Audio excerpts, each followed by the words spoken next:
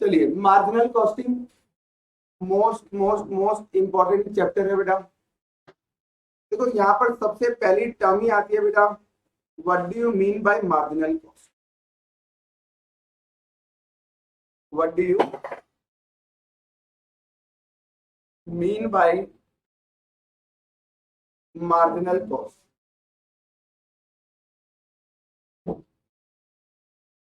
What do you mean by marginal cost, क्या होती है बेटा मार्जिनल कॉस्ट?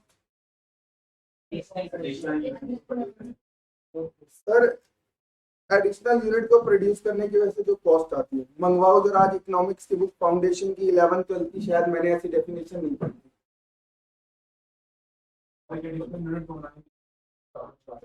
उन्होंने क्या बोला था? मैंने ऐसी डेफिनेशन तो नहीं पढ़ी थी इकोनॉमिक्स के अंदर अभी तक। मार्जिनल कॉस्टिंग आई थिंक आप सभी ने इकोनॉमिक्स में ही पढ़ी है, और इकोनॉमिक्स की बुक कहोगे अभी मंगवा देता हूँ, और वहां पे ये वाली डेफिनेशन नहीं है जो आप बता रहे हैं मुझे। वहां पे लिखा हुआ बेटा, एक एडिशनल यूनिट को प्रोड्यूस करने की वजह से जो टोटल कॉस्ट में चेंज आता है उसे हम क्या बोलते हैं बेटा? Marginal cost. क्या लिखा हुआ इकोनॉमिक्स के अंदर? एक एडिशनल यूनिट को प्रोड्यूस करने की वजह से जो टोटल कॉस्ट में चेंज आता है उसको क्या बोला जाएगा? Marginal cost. लेट्स से बेटा, पहले हमारी कंपनी में 10,000 यूनिट्स बनती थी और कॉस्ट आती थी बेटा, मान लेते हैं 1 लाख। अब हमारी कंपनी में एक एक्स्ट्रा यूनिट प्रोड्यूस हुई, और इस एक्स्ट्रा यूनिट को प्रोड्यूस करने से हमारी कॉस्ट कितने से बढ़ गई बेटा? 6 रुपए से। यहां से एक यूनिट बढ़ा और यहां से कॉस्ट कितनी बढ़ गई बेटा? 6 रुपए। ये जो 6 रुपीज है बेटा, इसको इकोनॉमिक्स के अंदर क्या बोला गया है? Marginal cost. ये बताया गया इकोनॉमिक्स के अंदर कि एक एडिशनल यूनिट को प्रोड्यूस करने की वजह से जो टोटल कॉस्ट में चेंज आता है उसे हम क्या बोलेंगे? Marginal cost. ये था हमारा इकोनॉमिक्स। बट हम क्या पढ़ रहे हैं बेटा? Cost accounting. कॉस्ट अकाउंटिंग में हम क्या करते हैं सर? हम कॉस्टिंग करते हैं। कॉस्टिंग का मतलब कॉस्ट का कैलकुलेशन। जब हमने कॉस्टिंग करी तो हमें यहां से दिखाई दिया कि एक एडिशनल यूनिट को बनाने में कंपनी को कॉस्ट कितनी आई? 6 रुपए। तो हमने कॉस्टिंग के अंदर इसको डिफाइन कर दिया। कॉस्टिंग के अंदर इसको हमने डिफाइन करा कि it is the cost of producing one extra unit. It is the cost of producing one extra unit. एक एक्स्ट्रा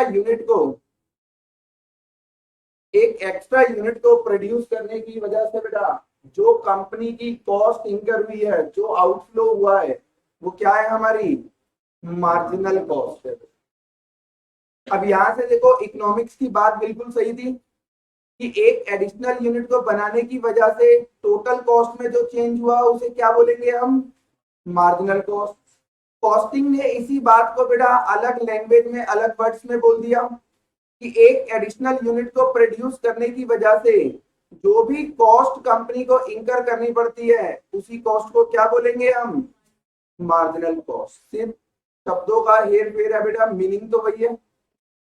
अब आप मुझे बताओ, जब कंपनी ने बेटा एक एक्स्ट्रा यूनिट बनाई तो ये जो 6 रुपए लगे बेटा, ये 6 रुपए प्योरली वेरिएबल कॉस्ट है, प्योरली फिक्स कॉस्ट है, या it is a combination of variable cost plus fix cost? और इसको बोलते हैं बेटा हम semi variable cost. Semi variable cost इसको बोला जाता है। तो बेटा ये 6 रुपीज क्या है?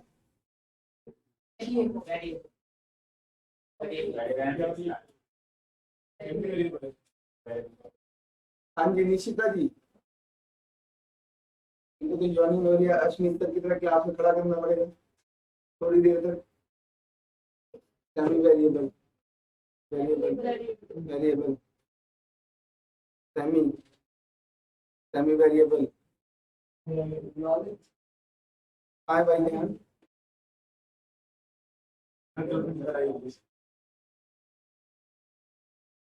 वेरिएबल फिक्स या सेमी वेरिएबल, इनका पर्सनल मैटर मुझे कोई लेने देने नहीं।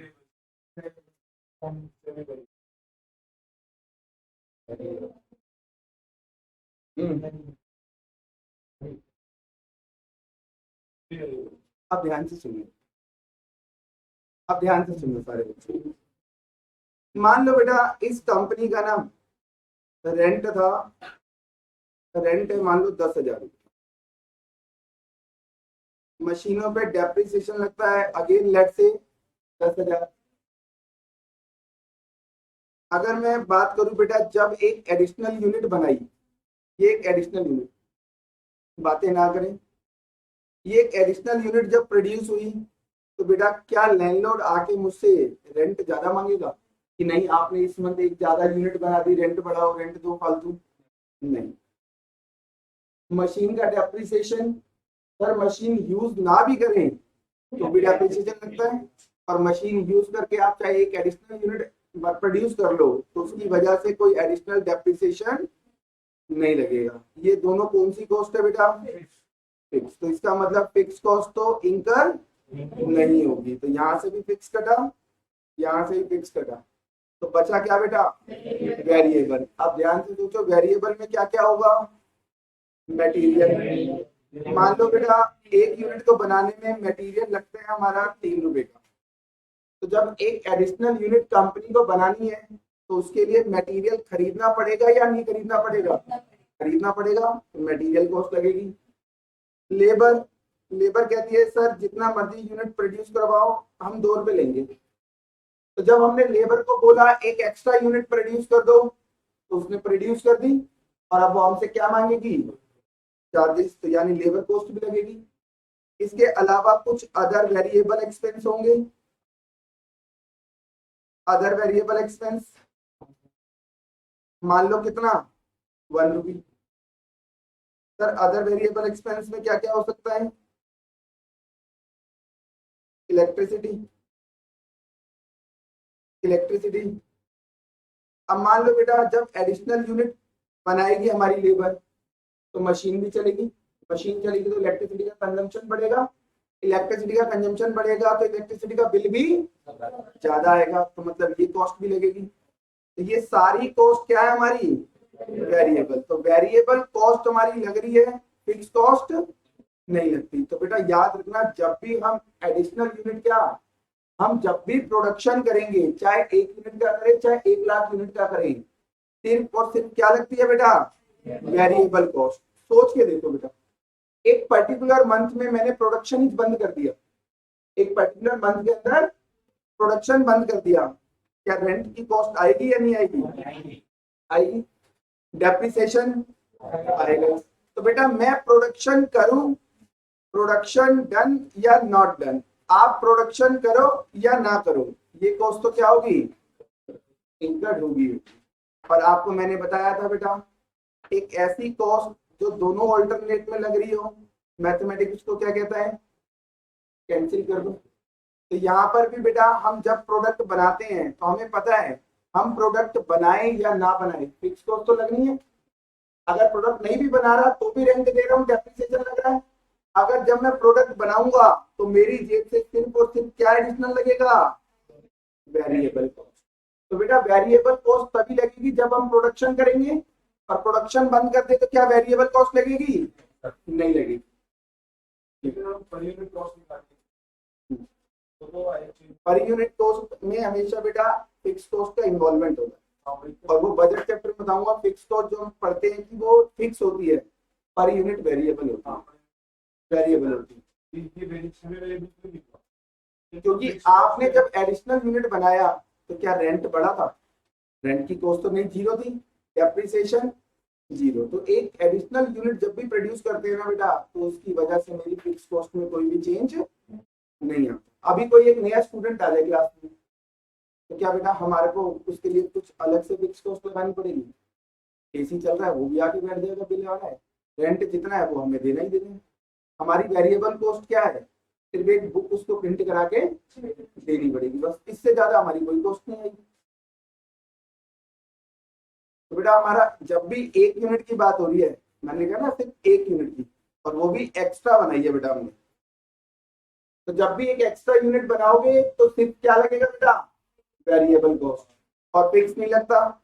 और मैंने आपको फिर फर्दर डिटेल में लेके गया कि फिक्स कॉस्ट क्या है बेटा, एक ऐसी कॉस्ट है आप प्रोडक्शन करो या ना करो वो तो लगेगी लगेगी। अगर हम प्रोडक्शन बंद कर दे तो वेरिएबल कॉस्ट नहीं लगेगी, प्रोडक्शन जैसे ही चालू होगा वैसे ही वेरिएबल कॉस्ट लगना चालू हो जाएगा। तो बेटा हम यहाँ पर सिंपल वर्ड्स में लिख सकते हैं कि मार्जिनल कॉस्ट क्या है, तो हमने यहाँ पर लिखा और इन अदर वर्ड्स, और in other words marginal cost is nothing, marginal cost is nothing but only and only variable cost। Marginal cost कुछ भी नहीं है बेटा, सिर्फ और सिर्फ क्या है, वेरिएबल कॉस्ट। ध्यान से देखो, 2 मिनट राइटिंग स्टॉप करके। ये मार्जिनल कॉस्ट थी बेटा 6 रुपए, ये हमने लिखा था ना, ये हमारी क्या है, मार्जिनल कॉस्ट। और आपको पता है बेटा जब एक एक्स्ट्रा यूनिट बनाएंगे तो उसको बनाने में बेटा जो भी कॉस्ट हमारी लग रही है, जो भी हमारी कॉस्ट लग रही है उसी को क्या बोला गया है, मार्जिनल कॉस्ट। और आपने अभी देखा इस 6 रुपए को बनाने में बेटा सिर्फ और सिर्फ कौन सी कॉस्ट लगी है, वेरिएबल। देखो 3 2 1 टोटल आ गया 6। तो ये 6 रुपीज जो हमने मार्जिनल कॉस्ट जिसको हम बोल रहे हैं बेटा वो कुछ भी नहीं है, बाय नेचर वो ओनली एंड ओनली क्या है, वेरिएबल कॉस्ट। तो कई बार एग्जाम में आपको वेरिएबल कॉस्ट ना देके क्या लिखा आएगा, मार्जिनल कॉस्ट। तो समझ जाना मार्जिनल कॉस्ट का मतलब क्या होता है, वेरिएबल कॉस्ट। कोई डाउट है इसमें?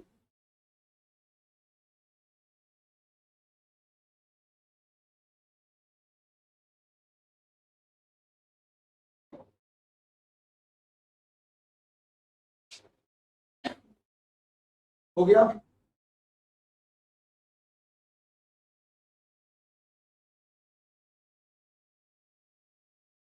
चलिए नेक्स्ट टर्म आती है बेटा यहाँ पे इनकम स्टेटमेंट।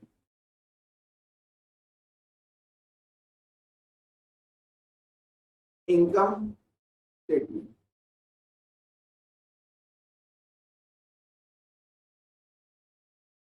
नेक्स्ट टर्म आएगी यहाँ पर इनकम स्टेटमेंट।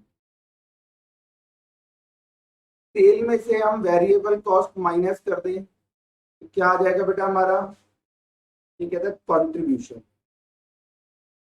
माइनस कर दे फिक्स कॉस्ट, कहता है आपका निकल के आ जाएगा प्रॉफिट।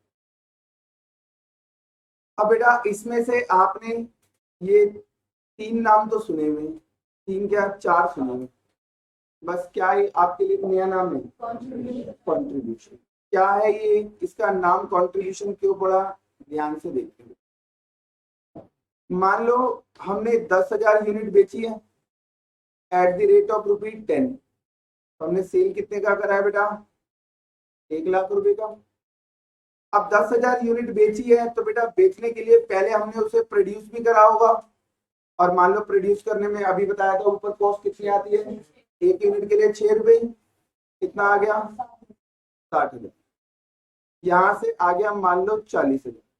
ये 40,000 क्या है बेटा मेरे लिए, आप ध्यान से देखो, मैंने बेटा ये 10,000 यूनिट बनाने में कितना पैसा लगाया, 60,000। अगर मैं प्रोडक्शन नहीं करता तो ये 60,000 इनकर नहीं होते। तो 60,000 रुपए लगाकर बेटा मैंने उन्हीं 10,000 यूनिट को कितने में बेच दिया, 1 लाख में।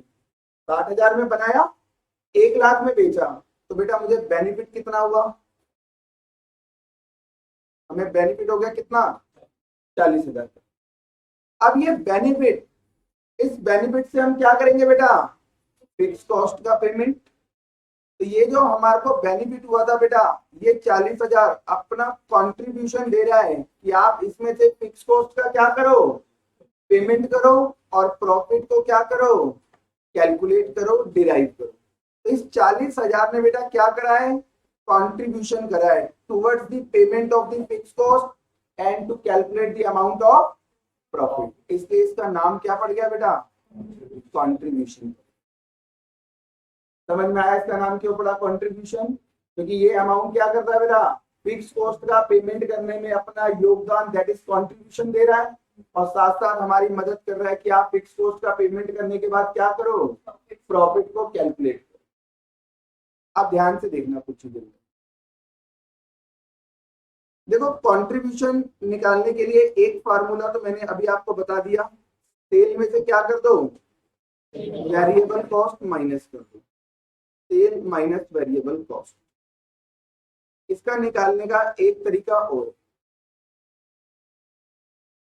देखो हमारे को बेटा यहाँ पे आना है, यहाँ पर पहुंचना है, तो दो रास्ते हैं, पहला ऊपर से नीचे आओ, दूसरा नीचे से ऊपर। अगर मैं इन दोनों को ऐड कर दूं तो भी तो कंट्रीब्यूशन आएगा या नहीं आएगा, आ जाएगा। तो हमारे पास दूसरी इक्वेशन आ गई, फिक्स कॉस्ट प्लस।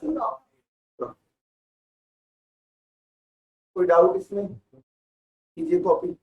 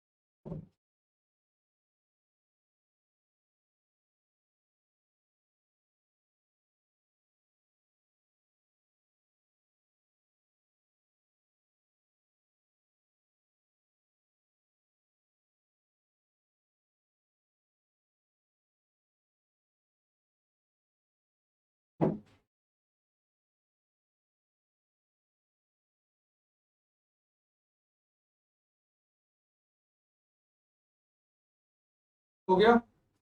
अभी तक बेटा मैंने आपको दो टर्म पढ़ाई। पहला मार्जिनल कॉस्ट क्या है, तो बेटा जब भी कंपनी एक एक्स्ट्रा यूनिट प्रोड्यूस करेगी, उस यूनिट को प्रोड्यूस करने के लिए कंपनी को जो भी अमाउंट खर्च करना पड़ेगा उसको क्या बोलेंगे, मार्जिनल कॉस्ट। अगर हम उस कॉस्ट का नेचर देखें तो बाय नेचर वो ओनली एंड ओनली क्या है, वेरिएबल कॉस्ट है। इनकम स्टेटमेंट क्या है, सेल में से वेरिएबल कॉस्ट माइनस कर दो तो क्या आएगा बेटा, कंट्रीब्यूशन। फिक्स कॉस्ट माइनस कर दो, profit. Sale minus variable cost भी कंट्रीब्यूशन होता है और फिक्स कॉस्ट प्लस प्रॉफिट भी कंट्रीब्यूशन होता है। अब देखिए यहाँ पे नेक्स्ट टर्म पे आ रहे हैं बेटा हम, पीवी रेशियो। इसकी फुल फॉर्म है बेटा profit volume ratio, profit volume ratio.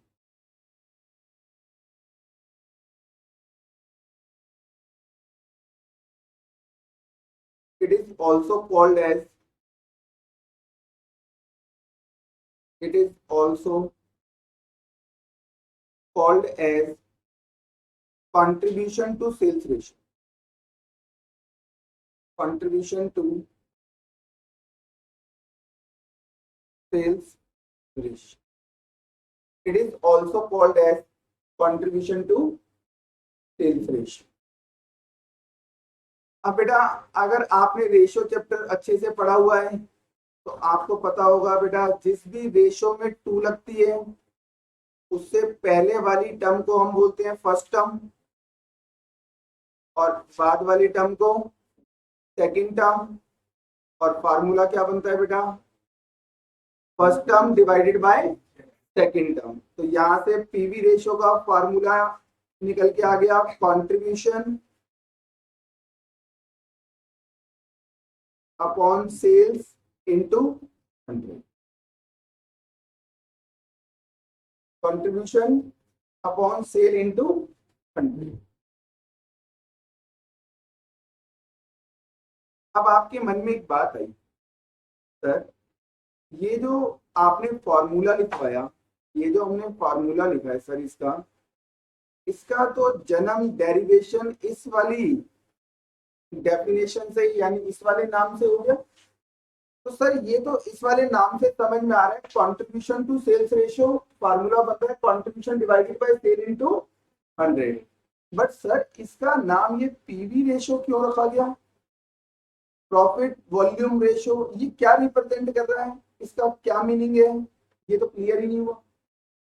आप ध्यान से देखिए, आप सारे बच्चे ध्यान से देखिए। ये कंपनी है बेटा, ये कंपनी है कोका कोला।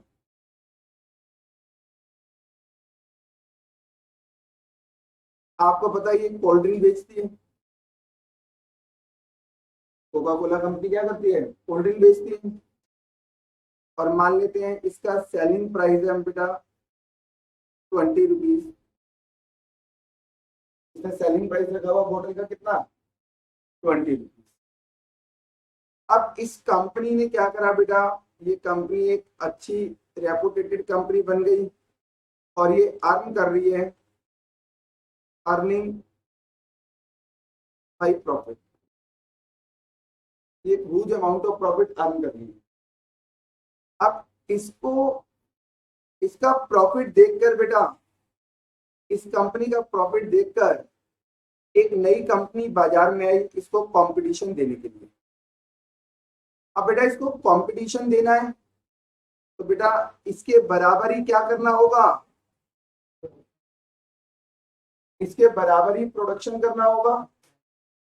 और जब सेम कंपटीशन में आ रही है बेटा, मान लो ये पेप्सी लिमिटेड, पेप्सी है, तो जब पेप्सी आएगी तो बेटा कंपटीशन तभी देगी जब दोनों का प्रोडक्ट क्या होगा सेम। इसने भी कोल्ड ड्रिंक बनाई और कंपटीशन करने के लिए इसने भी सेलिंग प्राइस कितना रख दिया, 20 रुपए।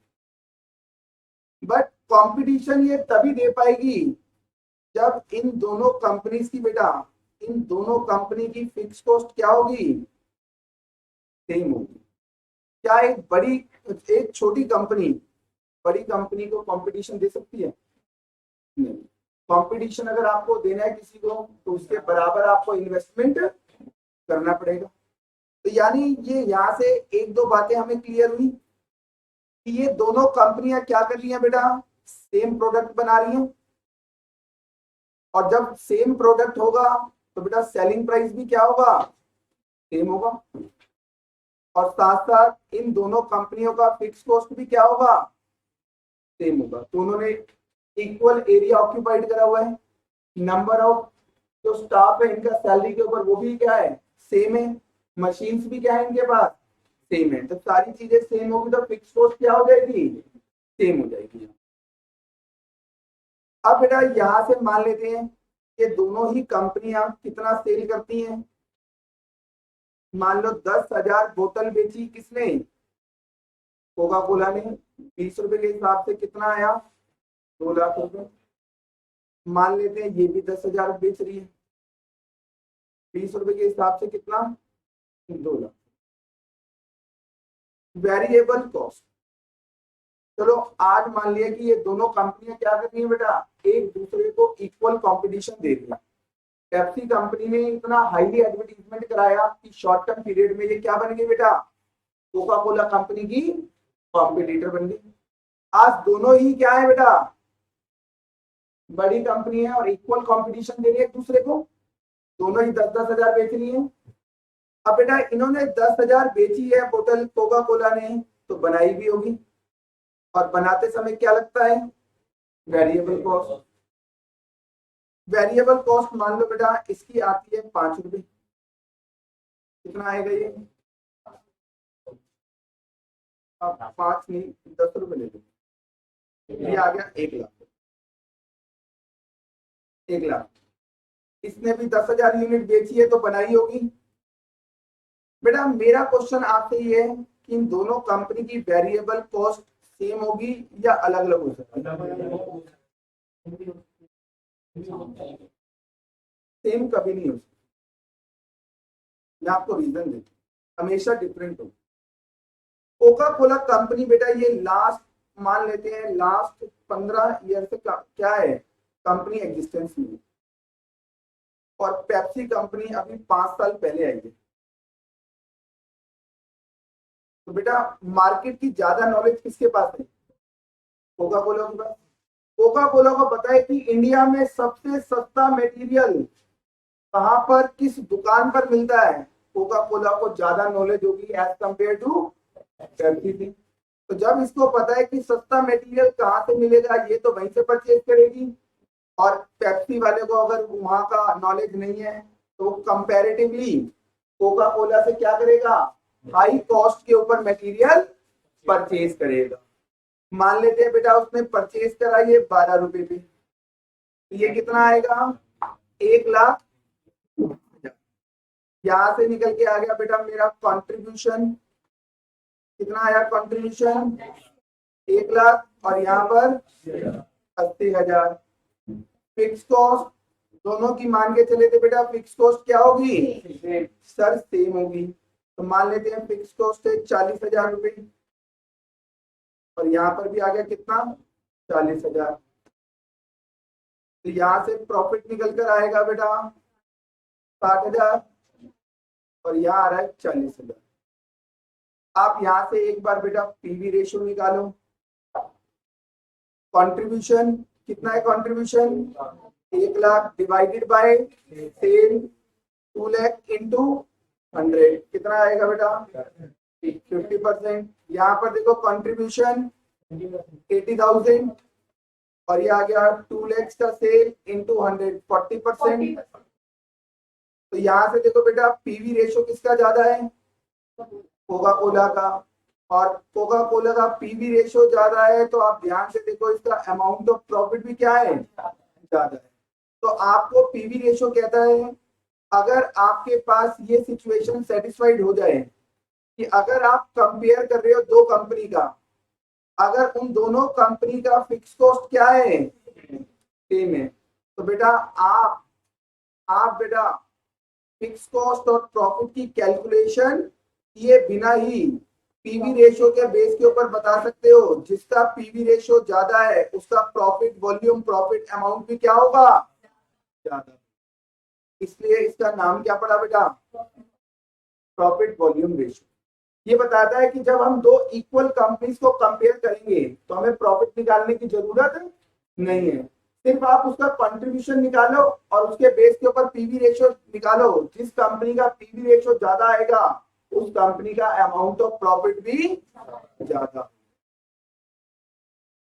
ये बात समझ में आती है बेटा? अब ध्यान से देखना मेरी बात, अब सारे बच्चे ध्यान से देखना। मैं यहाँ पर कुछ चीजों को आपको करके दिखा रहा हूँ। जैसे यहाँ पर अगर मैं पीवी रेशियो निकालूं, यहाँ पर पीवी रेशियो निकालूं बेटा, तो देखो कंट्रीब्यूशन कितना था 40,000, सेल कितनी है 1,00,000 रुपए की। यहाँ पर तो 1,00,000 की है बेटा, 2,00,000 की नहीं है। तो यहाँ पर आएगा कितना 40% आएगा। तो यहाँ से फार्मूला तो वही है कंट्रीब्यूशन डिवाइडेड बाय सेल। अब देखो बेटा, अब मैं आपको ना एक चीज बताने जा रहा हूँ। आपने यहाँ लिखा कि सर ये जो फार्मूला है ना, ये formula contribution divided by sales into 100। अगर हम ध्यान से देखें तो हमने कंपनी का टोटल कंट्रीब्यूशन लिया, ये कंपनी का पूरे साल भर का कंट्रीब्यूशन कितना है टोटल 40,000, और पूरे साल भर की क्या ली है हमने सेल। तो इसका मतलब अगर हमने न्यूमिनेटर में टोटल लिया है तो डिनोमिनेटर में भी क्या लिया है टोटल लिया। सेम आंसर बेटा एक दूसरे फार्मूले से भी आ जाएगा। अगर मैं यहां से देखूं बेटा 10 रुपए में बेचा है, 6 रुपए में बनाया था, तो कंट्रीब्यूशन पर यूनिट कितना आएगा मेरा 4 रुपए। एक यूनिट को बनाने में वेरिएबल कॉस्ट कितना है 6 रुपए, और बेचने में कितना मिला मेरे को बेच के 10 रुपए। 6 रुपए में बनाया और 10 रुपए में बेचा, तो मेरे को फायदा कितना हुआ 4 रुपए का। अगर मैं यहां से निकालू contribution per unit divided by selling price per unit into 100, अभी भी कितना आ रहा है। तो इसका मतलब पीवी रेशियो निकालने का एक फार्मूला ये भी मिल गया, contribution per unit divided by selling price per unit into 100। मिल गया फार्मूला। पहले हमने ये 40,000 क्या लिया था, कंपनी का टोटल कंट्रीब्यूशन है ना ये, तो हमने टोटल कंट्रीब्यूशन लिया तो डिवाइड भी किससे करा था, टोटल से। न्यूमिनेटर और डिनोमिनेटर में क्या है, टोटल। अब हमने यहाँ पर क्या कर दिया, पर यूनिट ले लिया। अगर मैंने यहाँ पर न्यूमिनेटर में कंट्रीब्यूशन पर यूनिट लिया है तो डिनोमिनेटर में सेल भी क्या लूंगा, पर यूनिट।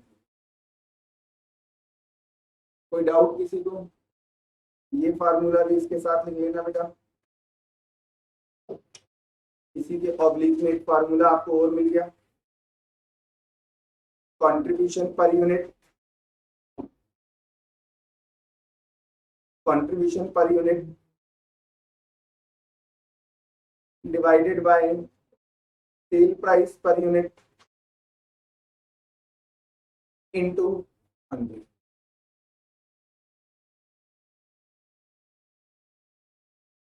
कोई डाउट किसी को? हो गया नोट डाउन? चलिए आगे देखिए।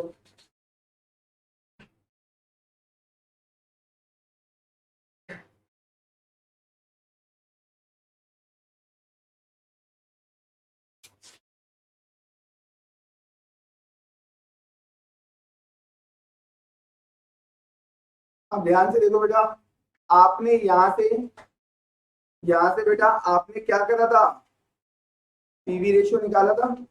ये पीवी रेशियो कितना आ रहा था, 40%। इसका मतलब बेटा ये जो बेटा हमारा कंट्रीब्यूशन है, ये जो हमारा कंट्रीब्यूशन है बेटा, ये हमारा कंट्रीब्यूशन सेल का कितना है, 40%। अगर मुझे क्वेश्चन में बेटा सेल गिवन हो और कंट्रीब्यूशन निकालना हो, तो अगर मैं इस सेल को 40% से मल्टीप्लाई कर दूं तो मेरा कंट्रीब्यूशन आएगा या नहीं आएगा, आ जाएगा। आप करके देखो, सेल दिया हुआ मुझे 1,00,000 रुपए और मुझे कोई कहते पीवी रेशियो कितना है 40%, तो मेरा कंट्रीब्यूशन आ जाएगा ये 40,000 रुपए। तो इसका मतलब अगर बेटा मैं सेल को पीवी रेशियो से मल्टीप्लाई कर दूं तो मेरा कंट्रीब्यूशन आएगा या नहीं आएगा, आ जाएगा। तो इस बात को यहाँ पर लिखो नोट में, इसके नीचे आप यहाँ पर लिख देना नोट।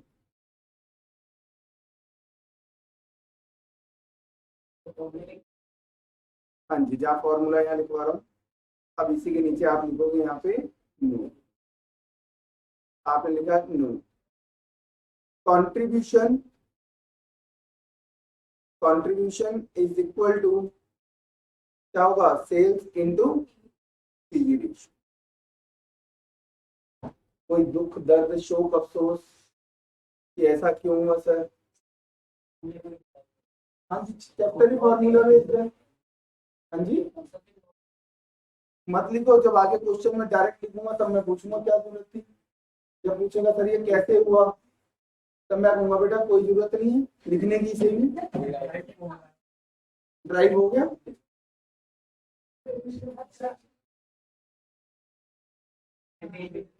आइए बेटा आगे देखो, आगे देखो। मैं जब पढ़ाता हूँ ना बेटा, मैं ये मान के पढ़ाता हूँ कि आपको एबीसीडी नहीं है। अगर जिस दिन मैंने ये प्रीज्यूम कर लिया ना आपको एबीसीडी आती है, तो फिर मैं आगे से पढ़ाऊंगा और बेस आपका ऐसे नीचे से झूलता रहेगा, ऊपर समझ नहीं आएगा। मैं हर चैप्टर में आपको यही समझ के चलता हूँ कि छोटे बच्चों को पढ़ा। चलिए अब ध्यान से देखो बेटा, ये सेल का 40% है, तो बेटा ये सेल का कितना है, 60%। सेल के हमने दो ही तो पार्ट करे। अगर ध्यान से देखो, एक पार्ट में क्या निकाल दिया सेल में से, वेरिएबल कॉस्ट। तो सेल में से इस 1,00,000 रुपए के बेटा मैंने दो टुकड़े करे, एक 60,000 और दूसरा जो बच गया 40,000। इसे मैंने नाम दे दिया कंट्रीब्यूशन और इसे दे दिया वेरिएबल कॉस्ट। तो बेटा ये वेरिएबल कॉस्ट हमारा सेल का कितना है, 60% है, यस और नो। अगर और ये कितना है 40%, और ये हमारा क्या है बेटा, पीवी रेशियो। अगर मैं इस वेरिएबल कॉस्ट रेशियो को और पीवी रेशियो को ऐड कर दूं तो बेटा 100% सेल आएगी या नहीं आएगी, आ जाएगी। तो लिखिए इस बात को भी नोट में, सेल सेल 100% इक्वल्स होती है बेटा किसके, वेरिएबल कॉस्ट रेशो के plus PV ratio. Sale equals होती है बेटा variable cost ratio plus PV ratio.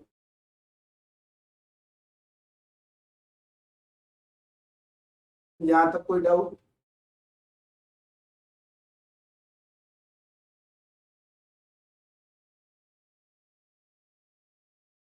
अभी तक बेटा हमने 3 टर्म पढ़ी।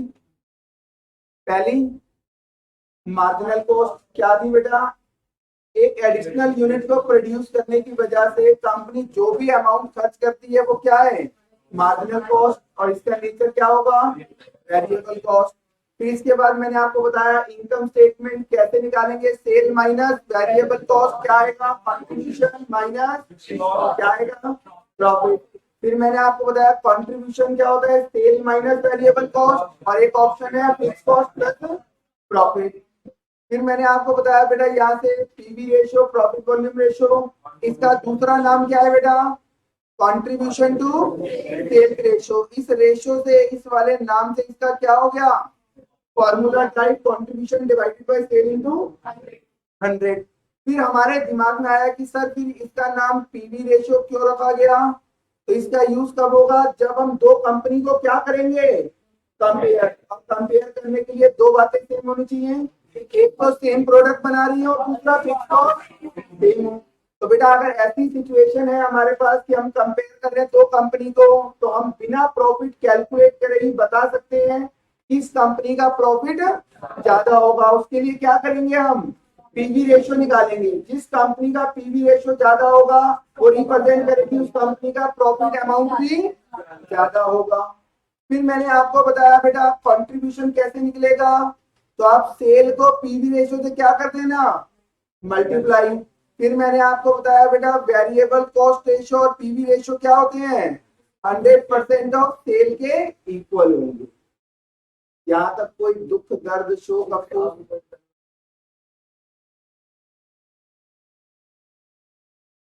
ये 1 लाख रुपए का बेटा वेरिएबल कॉस्ट कितना है, 60%, और ये 40,000 हमारा क्या था कंट्रीब्यूशन, यहां से निकाला पीवी रेशियो। अब अगर ये सेल के दो पार्ट है, वेरिएबल कॉस्ट रेशियो और पीवी रेशियो, दोनों को ऐड कर दूं तो 100% सेल पे नहीं आ जाऊंगा, वही लिखा है मैंने। कोई और किसी को डाउट? आइए बेटा नेक्स्ट पॉइंट की तरफ। हमारा नेक्स्ट पॉइंट है बेटा बीईपी, ब्रेक इवन पॉइंट।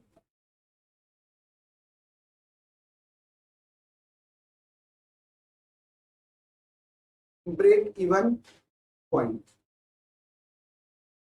क्या होता है बेटा, ब्रेक इवन पॉइंट सर एक ऐसा पॉइंट जहां पर कंपनी को ना तो प्रॉफिट हो ना ही लॉस। तो लिखिए बेटा इट इज द पॉइंट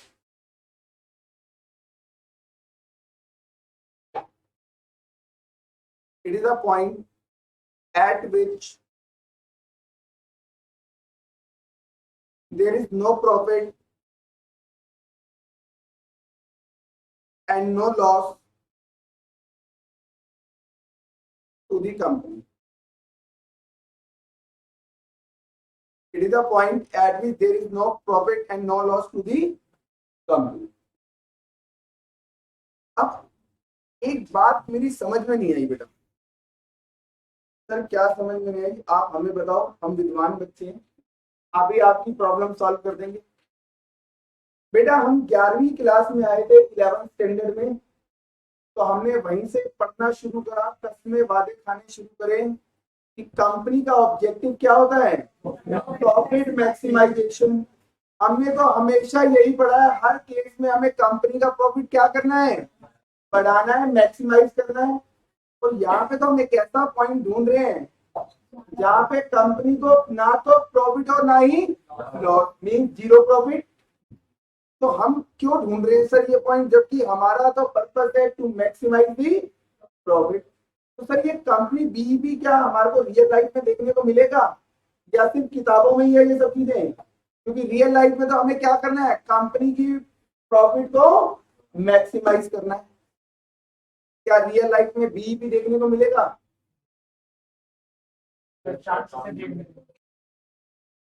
कहाँ मिलेगा?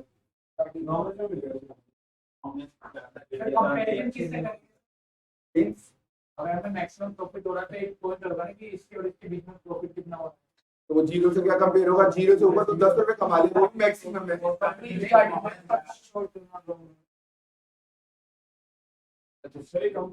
स्टार्टिंग हो चुकी है बहुत पहले। हम किसी कंपनी का स्टार्टअप नहीं करा रहे, हम एक एग्जिस्टिंग कंपनी के अंदर आ रहे हैं as a chartered accountant, cost accountant. अब आप सीएसीएम में बनोगे तो एक नई कंपनी फॉर्म करोगे, उसमें ज्वाइनिंग करोगे या ऑलरेडी जो एग्जिस्टिंग कंपनी है उनको ज्वाइन करोगे? तो आपको एग्जिस्टिंग कंपनी में कहाँ से मिल जाएगा in case of new company?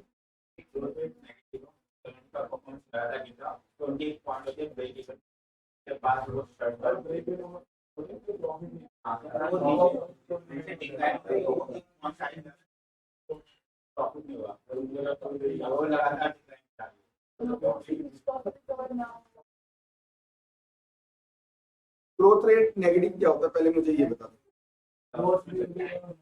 Company loss में चल रही है तो हमारा ऑब्जेक्टिव है क्या करना?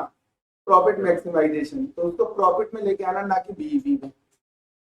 अगर कोई कंपनी लॉसेस में चल रही है उसको तो वो लेवल आ गया जहाँ पे कोई भी इनकम नहीं होती वहाँ पे, तो जो हमारे नॉर्मल प्रॉफिट से पे हो पा रहे हैं, नॉर्मल प्रॉफिट से नहीं हो पा रहे।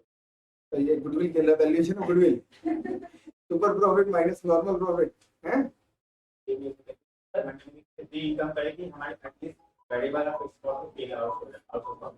अगर उतना ही हमें जनरेट करना है तो फिर मैक्सिमाइजेशन ऑफ प्रॉफिट की कस्में क्यों खाई थी 11वीं में?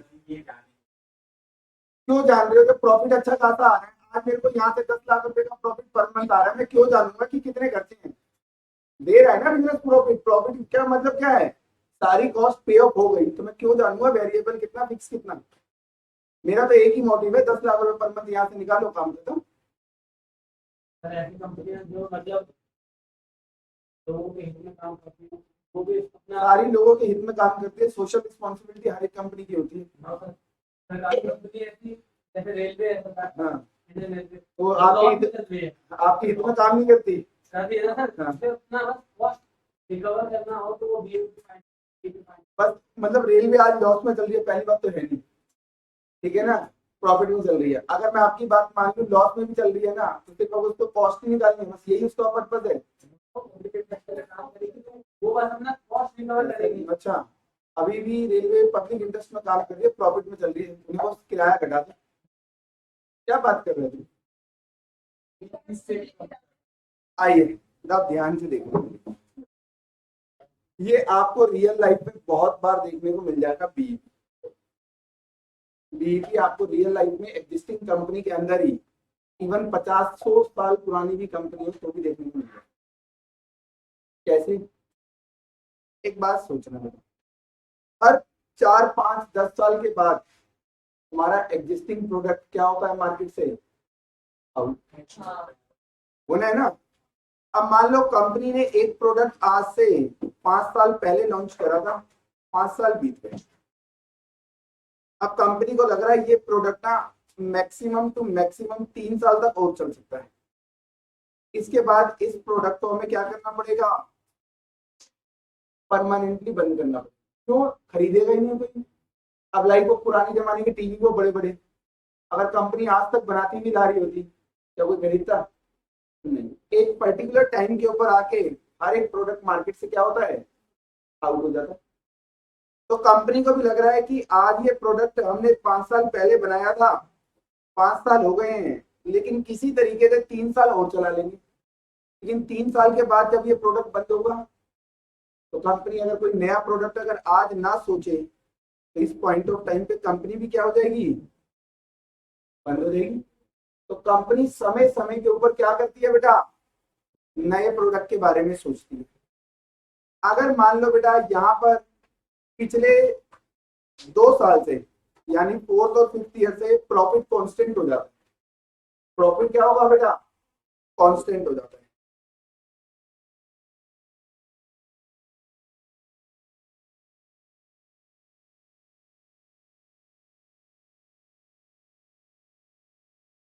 ये कुछ कंपनी के प्रोडक्ट का ग्राफ होता है।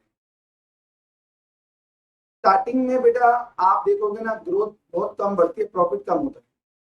पहले साल तो प्रॉफिट बहुत ही कम होता है। क्यों? क्योंकि लोग नया प्रोडक्ट खरीदते ही नहीं। डर लगता है 1-2 लाख रुपए का, 5 लाख 10 लाख का खरीदे, पता लगे प्रोडक्ट क्या है, अगर सक्सेस ना हुआ तो उसकी रीसेल वैल्यू भी नहीं मिलेगी। तो फर्स्ट ईयर में हम देखते हैं जिन लोगों ने खरीदा उनसे रिव्यूज लेते हैं। फिर सेकंड ईयर में कंपनी की सेल क्या होती है, बढ़ती है, प्रॉफिट बढ़ता है। थर्ड ईयर में जो सेकंड ईयर में परचेज करता है वो और लोगों को बताता है।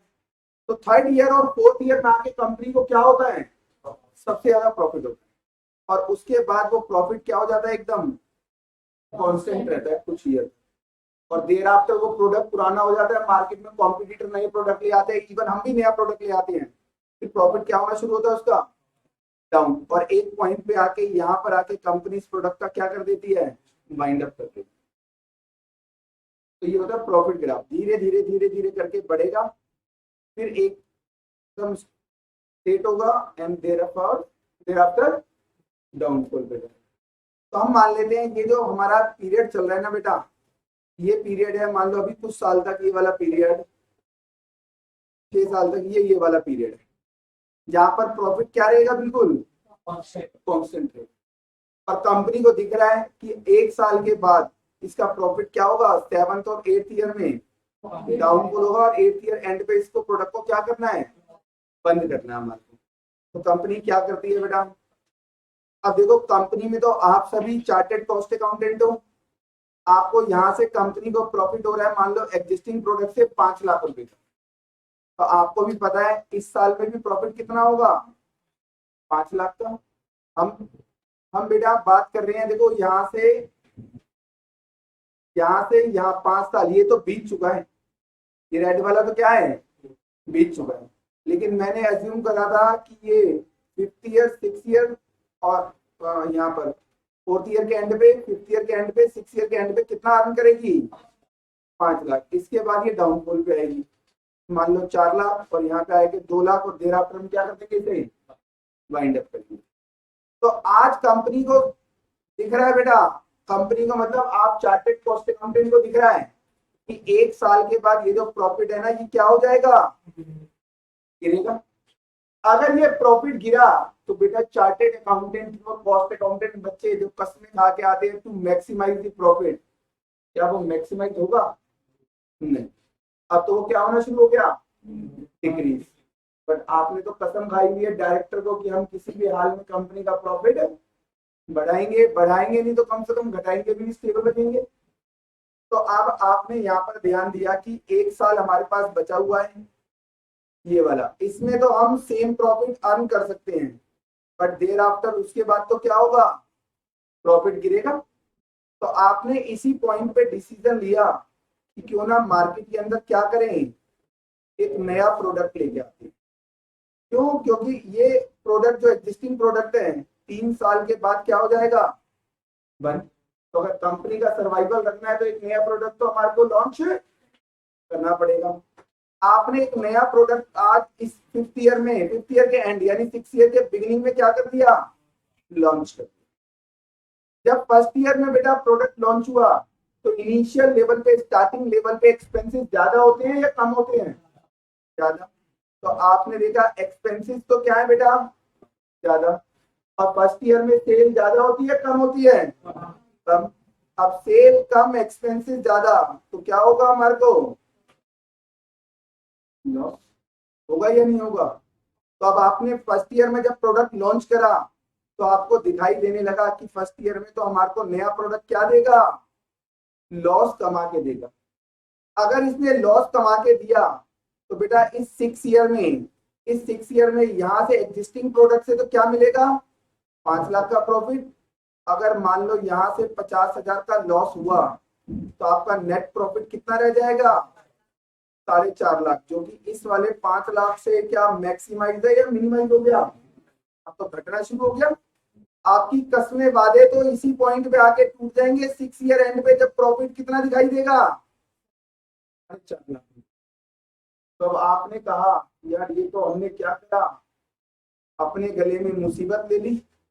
हमने तो डायरेक्टर को बोला था कि ये प्रोडक्ट यहाँ पर आके बंद होगा इस पॉइंट पे, तो यहीं पर एक नया प्रोडक्ट लॉन्च कर देते हैं, इससे हमारा प्रॉफिट भी बना रहेगा, और इस टाइम पे जब ये बंद होगा तो ये नया प्रोडक्ट जब तक पुराना होके मार्केट में क्या हो चुका होगा, पॉपुलर। तो डायरेक्टर ने हमारा प्रपोजल सुन के हाँ तो कर दी, बट हमने तो डायरेक्टर को बोला था कि नेक्स्ट कुछ ईयर तक प्रॉफिट कांस्टेंट रहेगा, उसके बाद बढ़ेगा, बट ये तो नेक्स्ट ईयर में दिख रहा है प्रॉफिट क्या हो रहा है, कम हो रहा है। अब आपको अपनी जॉब का खतरा, डायरेक्टर शेयर होल्डर को निकाल देंगे, आपके कहने पे ही नया प्रोडक्ट लॉन्च करा, तब आप क्या करोगे, आप दिमाग लगाओगे और आप इस नए प्रोडक्ट से बोलोगे भाई तू हमें प्रॉफिट नहीं दे सकता, एक काम कर, लॉस में मत दे। हमने तेरे को यहाँ पर लॉन्च करा था किसके लिए, प्रॉफिट कमाने के लिए। चल फर्स्ट ईयर में सेल कम हुई, तू प्रॉफिट नहीं दे सकता तो एटलीस्ट हमारे को लॉस भी मत दे। तो अब आपने इस नए प्रोडक्ट के बारे में सोचना शुरू करा, इस नए प्रोडक्ट से हमारे को क्या चाहिए, बीईपी। इस नए प्रोडक्ट से हमें क्या चाहिए बेटा, बीईपी। तो बीईपी कंपनी हमेशा किसके लिए निकालती है, न्यू प्रोडक्ट के लिए। और कंपनी लाइफ में हर 4 साल 2 साल 3 साल 4 साल के बाद क्या करती है, नया प्रोडक्ट लाएगी और आपसे बीईपी कैलकुलेशन करवाएगी। तो यहाँ से बेटा नए प्रोडक्ट के बारे में हमने देखा कि हमारे को नए प्रोडक्ट से बीईपी चाहिए, यानी एक ऐसा पॉइंट जहां पर ना तो प्रॉफिट और ना ही लॉस। अब कैसे निकालेंगे, तो बेटा ये बीईपी ना दो तरीके से निकलेगा, ये बीईपी दो तरीके से निकलेगा कि नए प्रोडक्ट का कितना क्वांटिटी बेचें जिससे हमें ना तो प्रॉफिट और ना ही लॉस। क्या बोला मैंने, बीईपी क्या बताता है, नो प्रॉफिट नो लॉस। बेटा नो प्रॉफिट नो लॉस का मतलब sales equal to total cost, जब तो प्रॉफिट क्या होगा, जीरो। तो जब सेल इक्वल लगनी है टोटल कॉस्ट के तो बेटा सेल तो करना पड़ेगा। अब सेल दो तरीके से हो सकती है, पहला क्वांटिटी, कि भैया कितना नया प्रोडक्ट का क्वांटिटी बेचे जिससे कंपनी को ना प्रॉफिट हो ना ही लॉस हो। दूसरा, कितने अमाउंट का सेल करें जिससे कंपनी को ना तो प्रॉफिट हो ना ही लॉस। तो बेटा बीईपी दो तरीके से निकलता है, एक तो यूनिट्स में और दूसरा अमाउंट के अंदर। समझ में आई बात, चलिए बीईपी निकाल रहे बेटा हम दो तरीके से, एक तो हम इस नए प्रोडक्ट का बेटा कितना क्वांटिटी बेचें, और दूसरा हो सकता है कितने अमाउंट का सेल करें जिससे हमारा क्या हो बेटा, बीईपी लेवल अचीव हो जाए। तो बीईपी दो तरीके से निकलेगा बच्चों, फर्स्ट इन यूनिट्स और दूसरा इन अमाउंट। और याद रखना बेटा बीईपी पे हम निकाल क्या रहे हैं, बीईपी में हमने क्या निकाला है, या तो हमने निकाला है सेल्स यूनिट और दूसरा क्या निकाला है बेटा, सेल्स अमाउंट। तो बीईपी कुछ भी नहीं है बेटा, बीईपी अपने आप में कुछ भी नहीं है, बीईपी रिप्रेजेंट करता है सेल्स क्वांटिटी को, यूनिट को, और या फिर सेल अमाउंट को। अगर मैं बात करूं बेटा बीईपी यूनिट्स, बीईपी यूनिट्स, तो ये रिप्रेजेंट किसको करेगा बेटा, सेल्स यूनिट को, कि कितना यूनिट बेचे जिससे क्या हो, नो प्रॉफिट नो लॉस। एक हमें निकालना है बेटा बीईपी इन अमाउंट में, तो ये भी क्या है बेटा हमारा सेल्स इन अमाउंट, और ये भी क्या रिप्रेजेंट करेगा बेटा, नो लॉस नो प्रॉफिट। तो जब भी एग्जाम में कई बार क्वेश्चन में ना बेटा वो बीईपी खुद ही दे देगा, ये बीईपी खुद ही दे देगा कि मान लो बीईपी है 10,000 रुपये, बीईपी उसने दे दिया 10,000, तो बेटा वो बीईपी नहीं है, वो क्या दिया हुआ आपको, एक ऐसा सेल वैल्यू जिसपे प्रॉफिट कैलकुलेट करोगे तो कितना आएगा, जीरो आएगा। तो बेटा बीईपी 10,000 का मतलब वो क्या है, सेल है, और वो सेल 10,000 की एक ऐसी सेल है जिसपे प्रॉफिट क्या होगा, जीरो। तो क्वेश्चन में कई बार बीईपी वो आपको खुद ही कैलकुलेट करके दे देगा, तो उसका इंटरप्रिटेशन याद रखना, यूनिट में है तो वो सेल्स यूनिट होगा, अगर अमाउंट में है तो सेल्स अमाउंट होगा। अब बात आती है कैसे निकालें, तो ध्यान से देखना बेटा, सपोज करना हमारा कोई प्रोडक्ट है, हम उसको 10 रुपए में बेचते हैं और बनाने में वेरिएबल कॉस्ट आती है कितनी, 6 रुपए। हमारी फिक्स कॉस्ट है 40,000। अगर हम कोई प्रोडक्ट बनाकर बेचेंगे तो कितने में सेल हो जाएगा, 10 रुपए में। बनाने में कितना लगेगा, 6 रुपए। फिक्स कॉस्ट कितनी आएगी, 40,000। क्वेश्चन कह रहा है बीईपी लेवल बताओ, बीईपी यूनिट्स मतलब कितना यूनिट बेचें जिससे हमारे को क्या हो जाए, नो प्रॉफिट नो लॉस। यहाँ पर हमें क्या निकालना है बेटा, सेल्स यूनिट। एक काम करते हैं, हम लेट कर देते हैं। हमने कहा let the sales unit, let the sales unit be x at which there is no profit and no loss। हमने कहा हम सेल को क्या मान लेते हैं, एक्स सेल्स यूनिट को, कि अगर हम एक्स यूनिट बेचेंगे तो इस एक्स यूनिट को बेचने पर हमारे को ना तो प्रॉफिट होगा और ना ही लॉस। तो हमने यहां से इक्वेशन बनाई बेटा, सेल एक्स यूनिट बेचा है, बस बेचेंगे किस प्राइस पे, तो मेरा यहाँ से सेल आ गया होगा कितना, 10x। अब x यूनिट बनाकर बेचा है तो बनाया भी है, बनाने में कितना लगता है, ये आ गया 6x। कंट्रीब्यूशन कितना आ गया मेरा, 4x। इसमें से माइनस क्या करूंगा बेटा, कितना, फिक्स कॉस्ट 40,000, प्रॉफिट कितना, अभी तो लिखा है, अभी तो लिखा है कि एक्स बेचेंगे तो प्रॉफिट क्या होगा, 0, नो प्रॉफिट नो लॉस। अब आपको पता है बेटा कंट्रीब्यूशन कैसे निकाला हमने, तो sir sale minus variable cost, और एक और तरीका है कंट्रीब्यूशन निकालने का, फिक्स कॉस्ट प्लस प्रॉफिट। अगर यहां से देखिए तो 10x माइनस 6x, ये आ गया 4x। ये इक्वल होगा किसके, फिक्स कॉस्ट है 40,000 और प्रॉफिट कितना है, ये आ गया 40,000।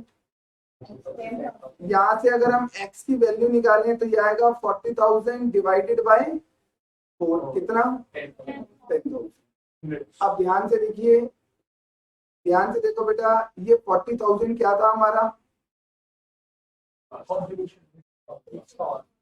भाई ये फिक्स कॉस्ट 40,000 लिखा नहीं है, प्रॉफिट नहीं लिया, तो ये 40,000 किसको रिप्रेजेंट कर रहा है, फिक्स कॉस्ट को।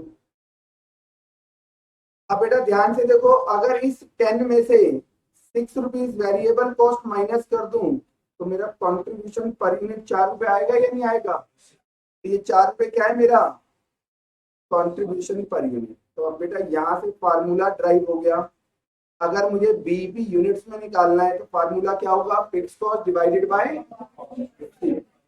आप करके देखो बेटा, 10,000 यूनिट को एक बार बेचो, 10,000 इंटू 10, सेल कितने का होगा, 1,00,000 का। 10,000 बेचा है तो बनाया भी होगा, बनाने में कितना लिया था, 60,000। कॉन्ट्रीब्यूशन 40,000, फिक्स कॉस्ट 40,000, तो अपने आप प्रॉफिट आ गया 0।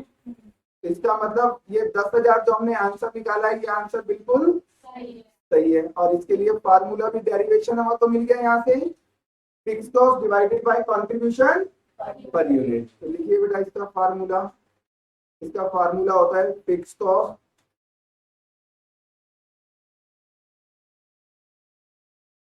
Divided by contribution per unit.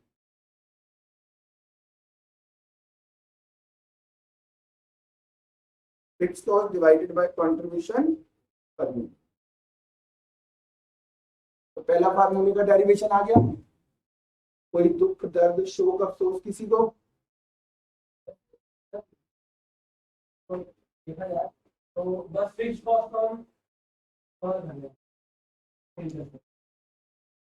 वही तो होता है, जितने में बनाया जितने में बेचा डिफरेंस निकाल के उससे फिक्स कॉस्ट रिकवर हो जाए, अपने आप प्रॉफिट 0 आ जाएगा। हो गया। अब देखो सेकंड में क्या करना है बेटा, रुपये में निकालना है। मैं अब देखो यहीं से बना रहा हूं, जब भी आपको बेटा अमाउंट का क्वेश्चन आएगा ना, तो यहाँ से वो आपको वेरिएबल कॉस्ट रेशो कितना आ रहा है, 60%। तो वो आपको ये परसेंटेज में देगा बेटा।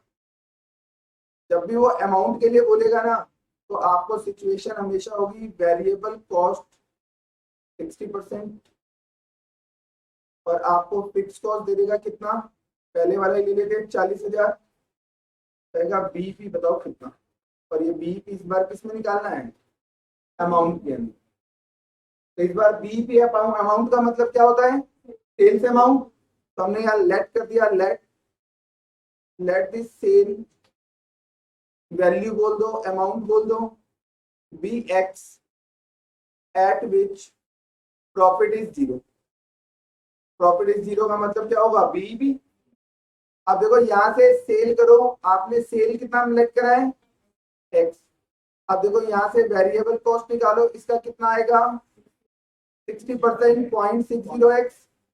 यहाँ से कंट्रीब्यूशन आ जाएगा आपका 0.40x माइनस फिक्स कॉस्ट कितना 40,000, और हमने पहले ही लेट कर दिया कि x यूनिट अगर x अमाउंट का सेल होगा तो प्रॉफिट नहीं। अब आप जानते हो बेटा अगर वेरिएबल कॉस्ट 60% है तो पीवी रेशियो कितना होगा 40%, क्योंकि इन दोनों का सम टोटल 100% ऑफ सेल होता है। तो ये बैलेंसिंग फिगर कितना आ गया 40% है।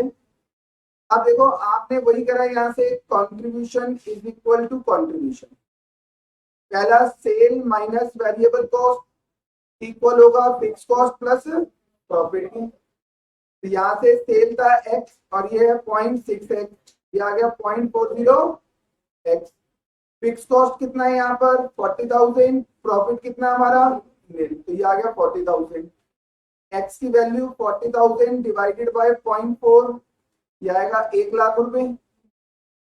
अब आप ये चेक करो, ये क्या है हमारा फिक्स कॉस्ट है ना, ये 40,000, और ये 0.4 का मतलब 40%, और 40% क्या है मेरा पीवी रेशियो। तो अगर मैं फिक्स कॉस्ट को पीवी रेशियो से डिवाइड कर दूं तो क्या आ जाएगा मेरा सेल्स अमाउंट निकल कर।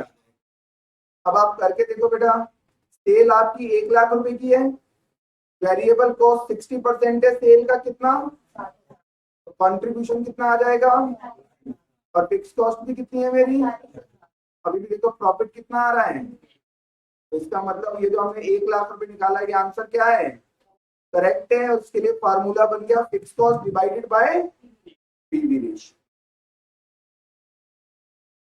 लेकिन यहाँ पे दूसरा फार्मूला,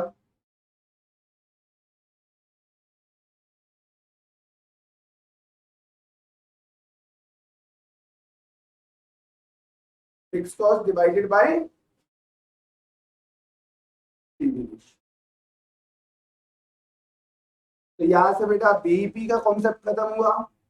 बीईपी क्या होता है बेटा, एक ऐसा पॉइंट जहां पे ना तो प्रॉफिट होगा ना ही लॉस। और ये किसके लिए निकालेंगे, नए प्रोडक्ट के लिए।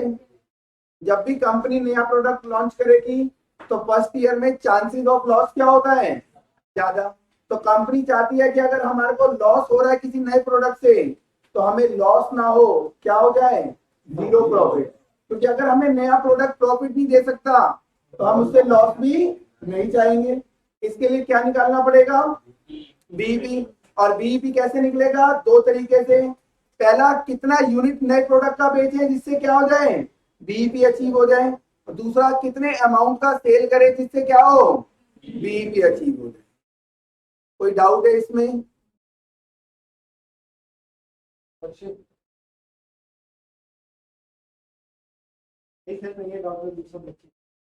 मेरे को तो लग रहा है सो रहा था तुम। चलिए देखो, मैंने आपको बेटा 4 टॉपिक पढ़ा दिए।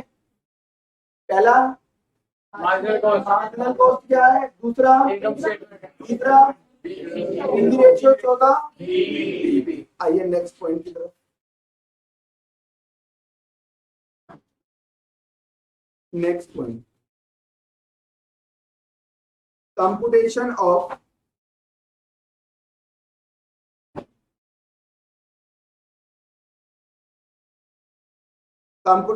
ऑफ सेल्स यूनिट या फिर sales amount when desired profits are given। Computation of sales unit या फिर sales amount when desired profits are जो बिल या उसके प्रॉफिट आ गया मुझे एग्जैक्टली। अब देखो बेटा, फर्स्ट ईयर में तो हमने जब नया प्रोडक्ट लॉन्च करा था तो हमें पता था फर्स्ट ईयर में सेल कम होती है, एक्सपेंस ज्यादा, तो उससे लॉस के चांसेस थे। किसी तरीके से हमने लॉस होने से बचाया था, हमने क्या करा, बीईपी अचीव कर लिया। बट सेकंड ईयर में क्या नए प्रोडक्ट से दोबारा बीईपी का एक्सपेक्टेशन शेयर होल्डर करेंगे? नहीं। अब तो वो क्या बोलेंगे, हमें उससे कुछ फिक्स अमाउंट ऑफ प्रॉफिट चाहिए। वो फिक्स अमाउंट ऑफ प्रॉफिट क्या बन जाएगा उनके लिए, डिजायर्ड प्रॉफिट। वो उनकी इच्छा पे डिपेंड करता है। तो अगर वो डिजायर्ड प्रॉफिट बोल रहे हैं कि हमारे को इस साल इतना प्रॉफिट चाहिए कंपनी से, तो बेटा कितना सेल्स यूनिट करें या कितने अमाउंट का सेल करें जिनसे उनकी ये इच्छाएं क्या हो जाएं, पूरी हो जाएं। तो यहाँ पर भी बेटा हमारे को एक तो निकालना है क्या, सेल्स यूनिट्स निकालना है, और दूसरा सेल्स अमाउंट निकालना है। देखो सेम वही चीज है, पहले वाले एग्जांपल ले रहा हूं। मान लो सेलिंग प्राइस कितना था हमारा, 10 रुपए, वेरिएबल कॉस्ट थी 6 रुपए, फिक्स कॉस्ट थी कितनी, 40,000। इस बार हमारे को डिजायर्ड प्रॉफिट बोल दिया कि उन्होंने कितना चाहिए, उन्हें मान लो 1 लाख। शेयर होल्डर ने बोला इस बार प्रॉफिट कितना चाहिए, 1 लाख रुपए। अब बताओ बेटा कितना यूनिट सेल करें, कितना यूनिट सेल करे जिससे क्या हो, एग्जैक्टली प्रॉफिट 1 लाख रुपए हो, ना 1 रुपया ज्यादा ना 1 रुपया कम। तो क्या करेंगे, हमें क्या निकालना है बेटा, सेल्स यूनिट। तो दोबारा से लेट कर दो, let the sales unit be X at which profit will be ₹1 lakh. तब आपने यहां से सेल निकाला होगा, एक्स यूनिट बेचा होगा 10 रुपए के हिसाब से, कितना 10x। Variable cost x unit बेचा है तो बनाया भी होगा, बनाने में 6 रुपए, तो कितना आएगा 6x। ये आ गया कंट्रीब्यूशन कितना 4x, माइनस फिक्स कॉस्ट कितना है 40,000, और हमारे को प्रॉफिट चाहिए बेटा कितना 1। अगेन वही बेटा, कंट्रीब्यूशन को इक्वल रख दो किसके, कंट्रीब्यूशन के।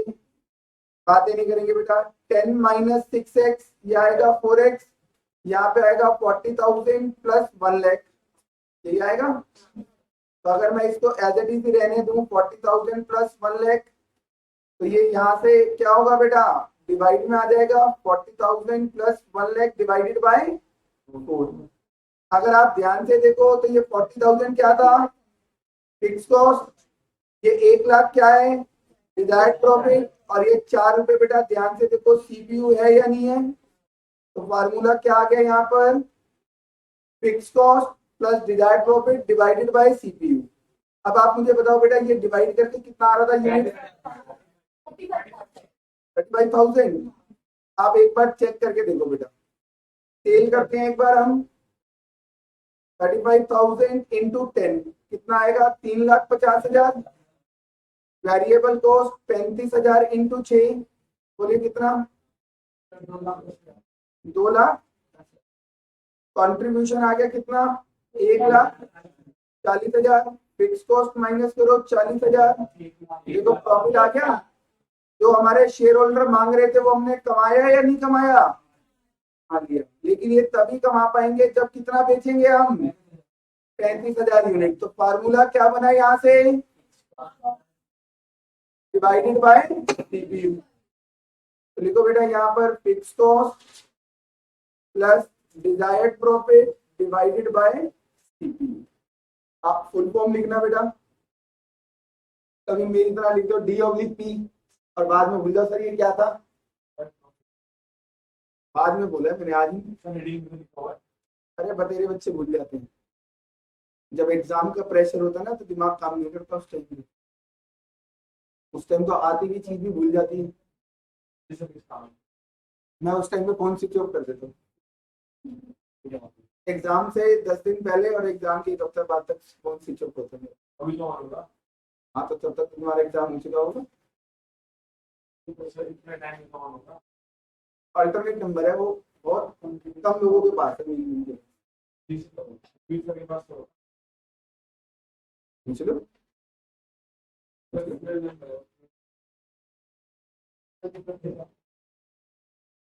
जिन बच्चों ने पूरे साल भर मुझे परेशान करा है, कुछ परेशान होने भी होने दिया और जाए। जो बेचारे हम जैसे भी हो, वही परेशान करते जो नहीं पढ़ते। जिस बच्चे ने पढ़ा होगा उसे लास्ट में मेरी जरूरत नहीं है, अगर जो मेरे साथ साथ पढ़ता रहेगा। तो यहाँ पे आके मजे ले रहा है, सिर्फ दिखा रहा है कि मैं पढ़ रहा हूँ, वो बाद में बहुत परेशान होता है। और ये तो मैं आप वीडियो दे देता हूँ, इस बार पिछली बार बैच में तो मैंने वीडियो तक नहीं दी। नया भुगतान करो, ये अकल आनी चाहिए ना फ्यूचर की।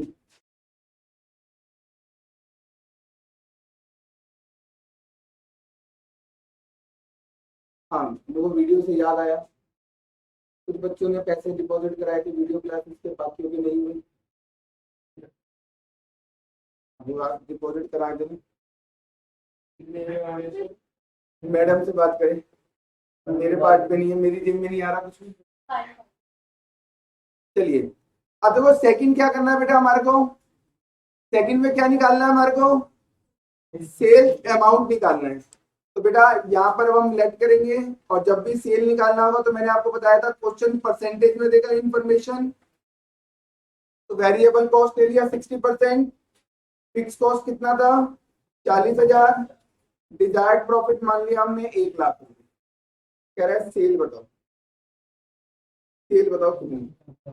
तो अगेन क्या करेंगे बेटा, यहाँ पे लेट कर दो, let the sale be X at which profit will be ₹1,00,000। तो आपने लिखा यहाँ पे सेल कर दिया हमने एक्स का, वेरिएबल कॉस्ट कितना है बेटा यहाँ से 60%, 0.60x, और ये आएगा हमारा contribution 0.40x minus fix cost 40,000, और यहाँ से आ जाएगा हमारा कंट्रीब्यूशन कितना, सॉरी प्रॉफिट कितना बेटा 1,00,000। अगेन कंट्रीब्यूशन को इक्वल रखो बेटा किसके, कंट्रीब्यूशन के। ये आएगा x माइनस 0.6x, ये आ गया 0.40x, ये आएगा 40,000 प्लस 1,00,000, ये आएगा 40,000 प्लस 1,00,000, और यहाँ से आप x की वैल्यू निकालोगे तो ये आएगा 40,000 प्लस 1,00,000 डिवाइडेड बाय 0.4। ध्यान से देखो, ये 40,000 क्या था, ये डिजायर्ड प्रॉफिट, और ये क्या बन जाएगा हमारा, आप करके बताओ ये अमाउंट कितना आया 3,50,000। ये आ गया हमारा सेल, माइनस करो वेरिएबल कॉस्ट इसका 60%, कंट्रीब्यूशन 1,40,000, फिक्स कॉस्ट हमारा 40,000, और यहाँ से हमारा प्रॉफिट निकल के आ जाएगा बेटा कितना 1,00,000। यही निकालना था। तो फार्मूला बन गया बेटा हमारा यहाँ पर fix cost plus desired profit divided by.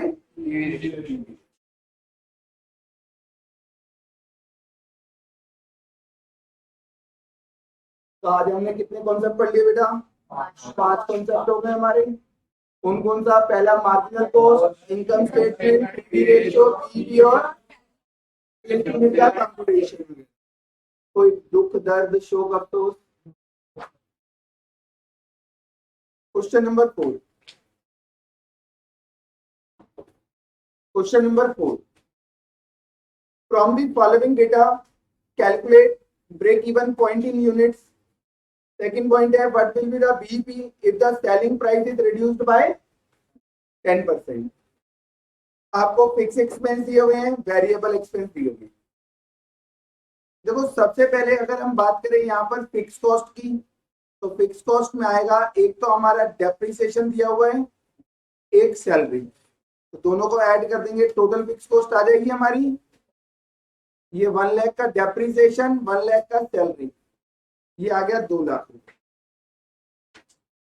साथ साथ अगर हम निकालें यहाँ से बेटा वेरिएबल कॉस्ट पर यूनिट, तो देखो वेरिएबल कॉस्ट इसमें कौन कौन सी है सर, एक तो मटेरियल है और दूसरा लेबर है।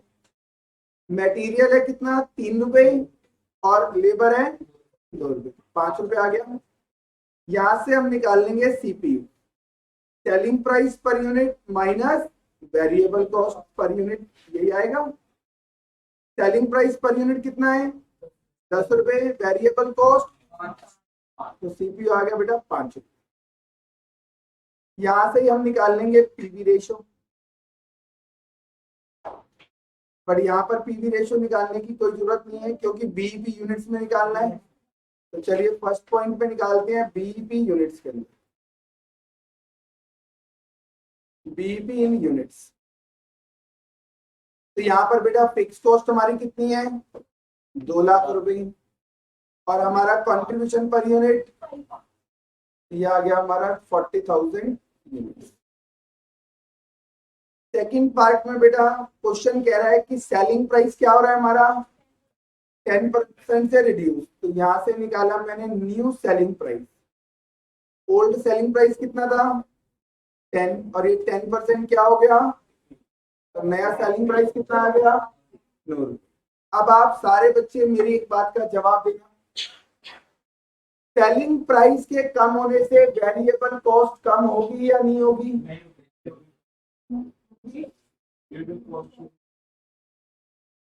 सोच लें, सेलिंग प्राइस कम हो गया है तो सेलिंग प्राइस के कम होने से वेरिएबल कॉस्ट कम होगी या नहीं होगी? अब देखो कुछ बच्चे कह रहे हैं हो जाएगी, कुछ कह रहे हैं नहीं होगी। हमारी जूही मैम बताएंगी।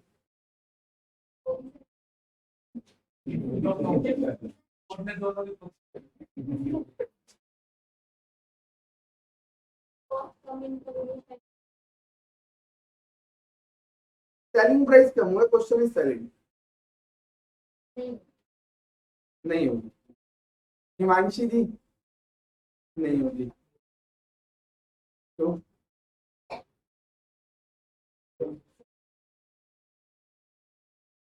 अब ध्यान से सुनना मेरी बात, अरे ध्यान से सुनना मेरे भाई।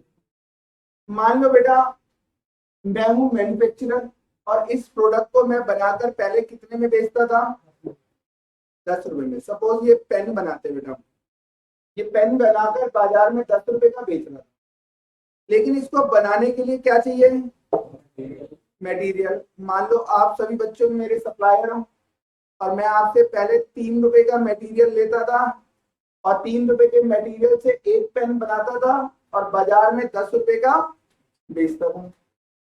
लेकिन मेरे को बाजार में कंपटीशन देने के लिए क्या हो गया, और भी पर्सन अदर कंपनीज आ गई, तो मैंने क्या करा प्राइस कम कर दी। मैंने कहा कॉम्पिटिटर को बाहर करना है ना मार्केट से, अपना प्राइस क्या कर दो कम, उनका प्रोडक्ट सेल ही नहीं होगा, जब सेल नहीं होगी तो उनका प्रॉफिट नहीं होगा, अपने आप वो मार्केट छोड़ के चले जाएंगे। This is a part of strategic management, आप एसएम में पढ़ोगे। तो मैंने स्ट्रेटेजी लगाई कि प्राइस क्या कर दूं कम, मैंने प्राइस कम कर दिया। अब मैंने प्राइस कितना कर दिया 9 रुपए। अब मेरे को 9 रुपए में बेचना है, तो बेच तो तभी पाऊंगा जब पहले ये पेन क्या करूं प्रोड्यूस। अब प्रोड्यूस करना है तो क्या चाहिए मटेरियल, और कहां से मिलेगा आप बच्चों से। मैं आपके पास आया और आके मैंने बोला कि मैंने अपने प्रोडक्ट का सेलिंग प्राइस 10% से क्या कर दिया है कम कर दिया है। एक काम करो आप मटेरियल का प्राइस 10% कम कर दो। मटेरियल तो आपका क्या है प्रोडक्ट है जो बेच रहे हो, मेरे लिए रॉ मटेरियल है, आपके लिए क्या है प्रोडक्ट है फिनिश गुड्स है। क्या आप मेरे कहने पे अपने फिनिश गुड्स का प्राइस कम कर दोगे? यार मैंने 10% प्राइस कम कर दिया, आप नहीं करोगे क्यों? आप पता क्या बोलोगे सर, अगर आपने गलती से 10% बढ़ाया होता तो आके आप हमसे कहते हैं कि 10% फालतू है, क्या आप हमें बोलते हैं? तब तो आप प्रॉफिट सारा जेब में रखते। तो अब एक काम करो लॉस भी अपनी जेब में रखो, हम नहीं दे रहे सस्ते में। तो आपने तो मना कर दिया। मैंने कहा कोई बात नहीं। मैं आया अपनी फैक्ट्री में और फैक्ट्री में कौन था रामलाल। मेरा रामलाल बहुत खुश, कहता है 1 यूनिट बनाता हूँ 2 रुपए मिलते हैं। मैंने रामलाल को बुलाया, मैं कहा रामलाल तेरे को पता है पहले हम प्रोडक्ट कितने में बेचते थे, कह रहा 10 रुपए का।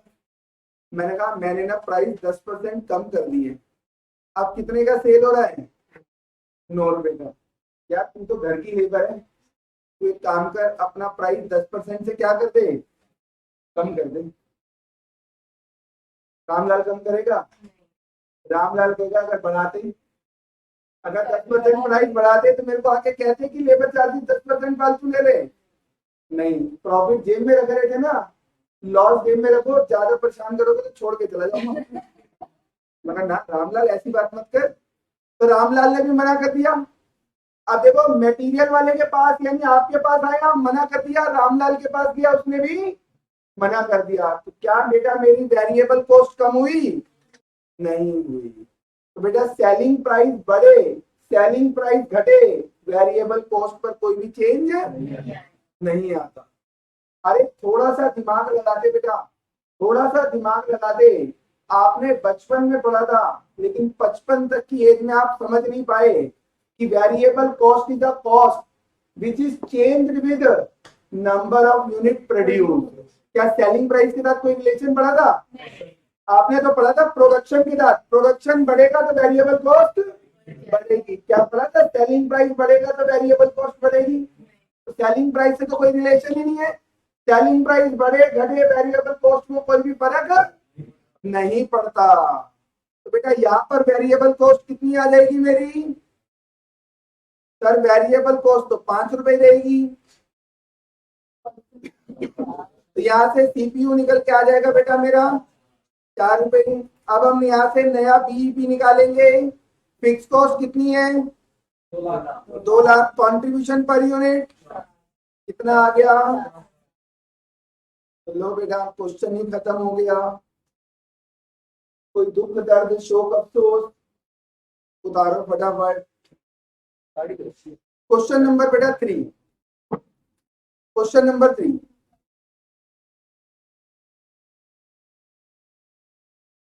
क्वेश्चन नंबर 3,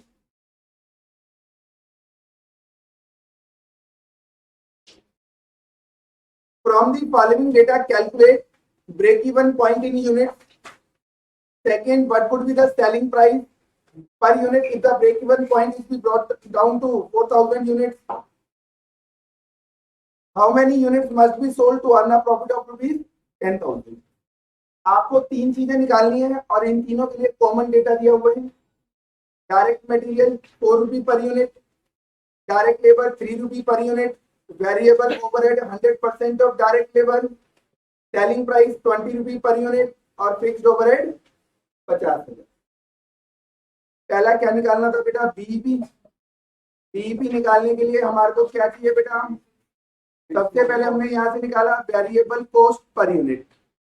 देखो क्या दिया हुआ है, मटेरियल प्लस लेबर और वेरिएबल ओवरहेड कितना है? 100%। तो 3 का 100% कितना होगा? 3 ही। ये आ गया कितना वेरिएबल कॉस्ट पर यूनिट? 10 रुपए। यहां से निकाला हमने contribution per unit. Selling price कितना है? 20 रुपए और वेरिएबल कॉस्ट 10 रुपए। तो कितना आ गया? ये 10 रुपए आ गया। अब हमें निकालना है फर्स्ट पार्ट में बेटा बीईपी, और वो भी किस में निकालना है? तो फार्मूला होगा fix cost divided by CPU. Fix cost हमारे को दिया हुआ है बेटा कितना? 50,000 और contribution per unit 5,000 unit. Second part में क्या कह रहा है बेटा? सेकंड पार्ट में कह रहा है सेलिंग प्राइस में आपको निकालना है। अगर हमारे को ये बीईपी 5,000 यूनिट से रिड्यूस करके कहां पे लाना है? 4,000 रुपए। तो बेटा हमारे को देखो क्वेश्चन में बीईपी यूनिट्स खुद ही दिया हुआ है। फार्मूला होता है fix cost divided by CPU. हमारे को ये बीईपी कहां पर लाना है बेटा? 4,000 यूनिट्स में। फिक्स कॉस्ट दी हुई है कितनी? 50,000। अब ध्यान से देखना बेटा, सीपीयू निकालने के लिए मुझे क्या चाहिए होता है? अब देखो ये निकालना है मेरे को, और इसके लिए ये दोनों मेरे पास होने चाहिए। बट इस क्वेश्चन में तो सेलिंग प्राइस भी हमारे को क्या करना है? फाइंड करना है, हमें ये भी निकालना है। और जब तक ये निकलेगा नहीं तो क्या सीपीयू निकल जाएगा? नहीं निकलेगा। तो बेटा यहां से सीपीयू नहीं निकाल सकते तो मैंने क्या लिख दिया? सीपीयू। ध्यान से देख लो बेटा, उतारने वाले बच्चे बहुत जल्दीबाजी करते हैं। यहाँ पर देखो selling price minus variable cost क्या होता है? Contribution per unit. इस क्वेश्चन में सेलिंग प्राइस निकालना है। तो बेटा जब तक मेरे पास सेलिंग प्राइस और वेरिएबल कॉस्ट दोनों एलिमेंट ना हो, क्या सीपीयू निकलेगा? नहीं। तो यहाँ पर ये है ही नहीं मेरे पास। अगर सेलिंग प्राइस नहीं है तो सीपीयू कैलकुलेट नहीं होगा, इसलिए मैंने यहाँ पर क्या लिख दिया? सीपीयू लिख दिया। अब यहां से आपने सीपीयू निकाल लिया, 50,000 डिवाइडेड बाय 4,000, ये आ गया 12.5। अब सीपीयू का फार्मूला बोलो बेटा, selling price minus variable cost. ये दिया हुआ है 12.5। सेलिंग प्राइस पर यूनिट निकालना है, वेरिएबल कॉस्ट कितनी है? तो यहाँ से सेलिंग प्राइस आ गया बेटा 22 रुपए 50 पैसे। कोई दुख दर्द शोक अफसोस? थर्ड पार्ट देखो बेटा क्वेश्चन का। थर्ड पार्ट में क्या करना है?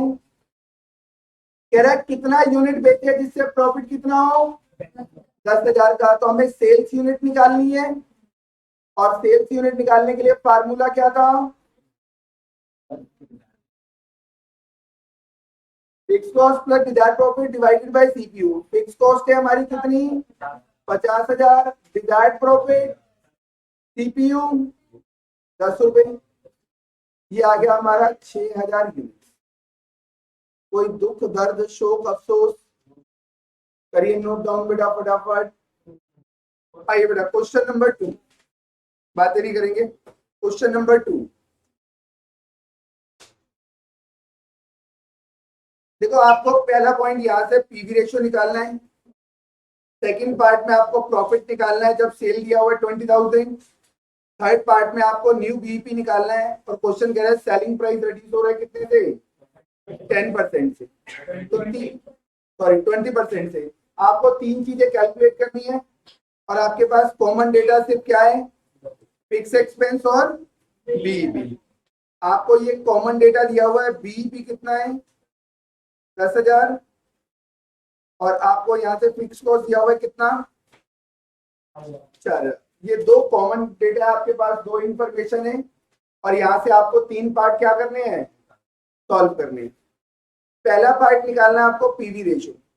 देखो आपको ऑलरेडी बीईपी दिया हुआ है, और ये बीईपी रुपी में है, तो फार्मूला क्या होगा? Fix cost divided by PV ratio.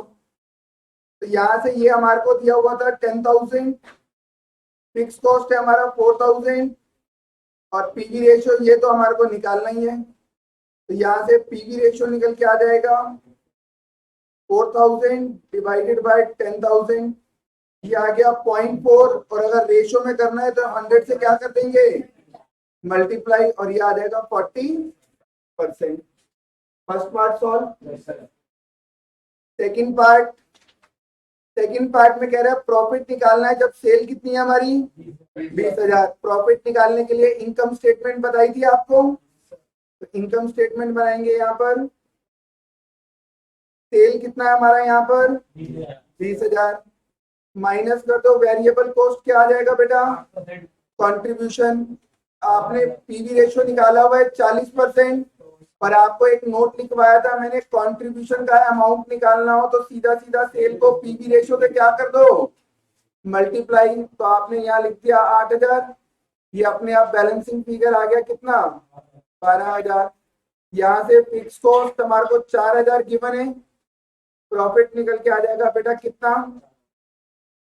4,000। नहीं, क्योंकि वो डिजायर्ड प्रॉफिट के केस में लगता है, और यहाँ आपको प्रॉफिट निकालना है।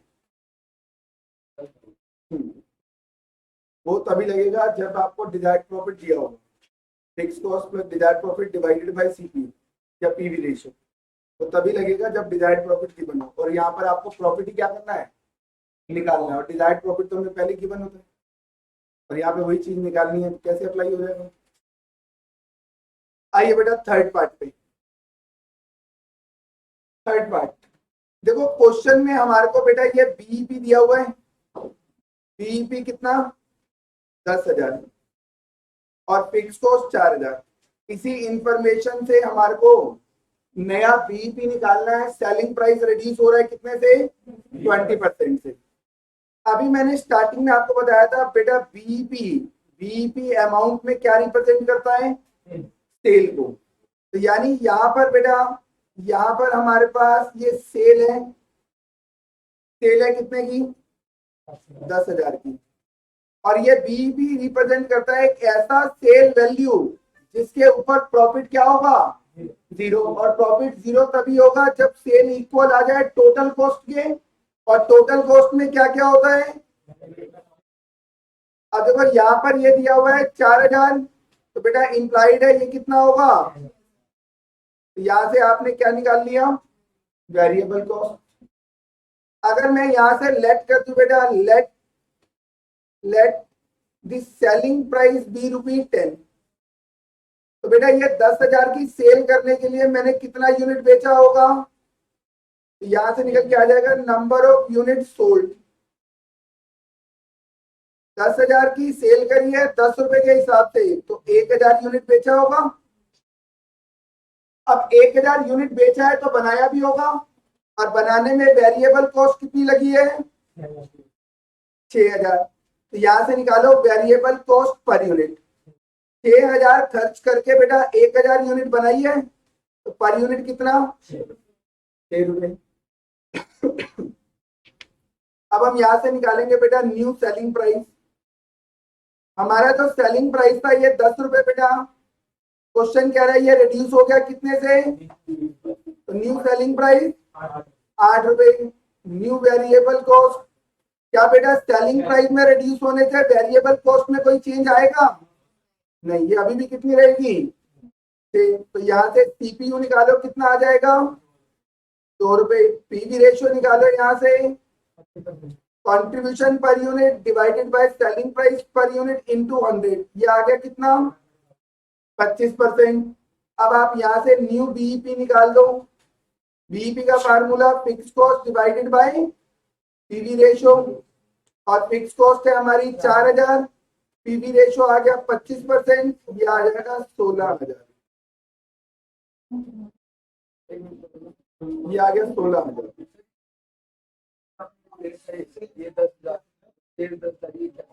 अब ध्यान से सुनना, ये बच्चा कह रहा है कि सर ये बीईपी 10,000 आपने ये सेल 10,000 कैसे लिख दिया। पहले ही बताया था बीईपी का मतलब क्या होता है कितना यूनिट बेचे जिससे ना तो प्रॉफिट हो ना लॉस हो, या फिर कितने अमाउंट का सेल करें जिससे ना तो प्रॉफिट हो ना लॉस हो। आपने निकाल लिया 10,000 का सेल करेंगे तो ना प्रॉफिट होगा ना लॉस होगा। अल्टीमेट है क्या ये सेल वैल्यू। अब ये सेल वैल्यू है बीईपी लेवल पे। बीईपी लेवल पे हमारा प्रॉफिट 0 होगा, वो तभी हो सकता है जब सेल और वेरिएबल टोटल कॉस्ट दोनों क्या हो जाए equal. Sale total cost equal, तो सेल में से टोटल कॉस्ट माइनस करोगे तो प्रॉफिट क्या आएगा 0। तो यहाँ पे टोटल कॉस्ट को इक्वल रखा। अब टोटल कॉस्ट में फिक्स कॉस्ट हमारे को पता है, तो बैलेंसिंग फिगर वेरिएबल कॉस्ट निकल के आएगी या नहीं आएगी, आ गई। अब हमारे पास यहाँ पर बेटा सेल गिवन था, सेल हमें सेल दिया हुआ है, बट क्वेश्चन कह रहा है सेलिंग प्राइस क्या हो रहा है डाउनफॉल। तो हमें सेलिंग प्राइस नहीं पता था, तो मैंने सेलिंग प्राइस को क्या करा पहले लेट ही कर लिया। जब सेलिंग प्राइस लेट हुआ तो यहाँ से कितना यूनिट बेचा था वो निकल के आ गया। अब बेचा है तो बनाया भी होगा, और कितना बनाया होगा जितना बेचा है, और बनाने में लगा कितना था ये 6,000। तो 6,000 रुपए मैंने खर्च करे बेटा 1,000 यूनिट को बनाने में, तो पर यूनिट कितना आ गया 6 रुपए। अब क्वेश्चन कह रहा है सेलिंग प्राइस रिड्यूस कर दो, नया सेलिंग प्राइस आ गया। इसके रिड्यूस होने से वेरिएबल कॉस्ट पे कोई फर्क नहीं पड़ेगा, तो कंट्रीब्यूशन नया आ गया। कंट्रीब्यूशन नया आया तो पीवी रेशियो बदल गया, पीवी रेशियो बदला तो हमारा बीईपी भी बदल गया। कोई दुख दर्द शोक अफसोस नहीं, आप दूसरे तरीके से भी निकाल सकते हो, कोई फर्क नहीं पड़ेगा।